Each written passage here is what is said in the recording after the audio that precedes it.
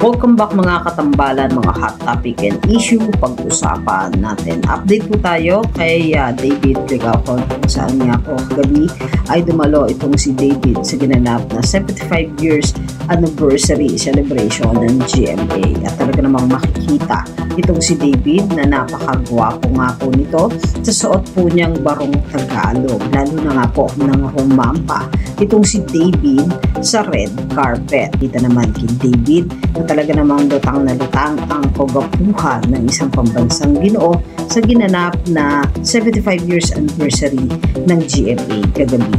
At kanina nga po tanghali sa It's Showtime ay nag-guest nga po itong si David bilang judge nga po doon sa Guys Showtime Breaking News na kung saan nga po ay kasama nitong si David, si Andrea Torres at si Jillian.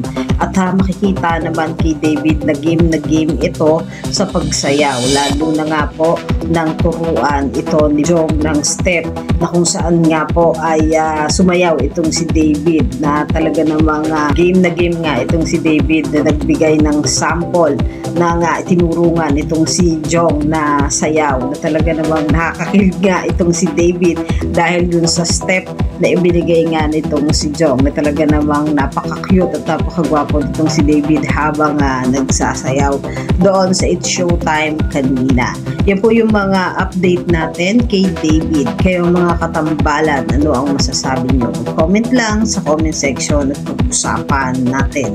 Yan, mga hot topic and issue dito lamang sa Tambalang JK.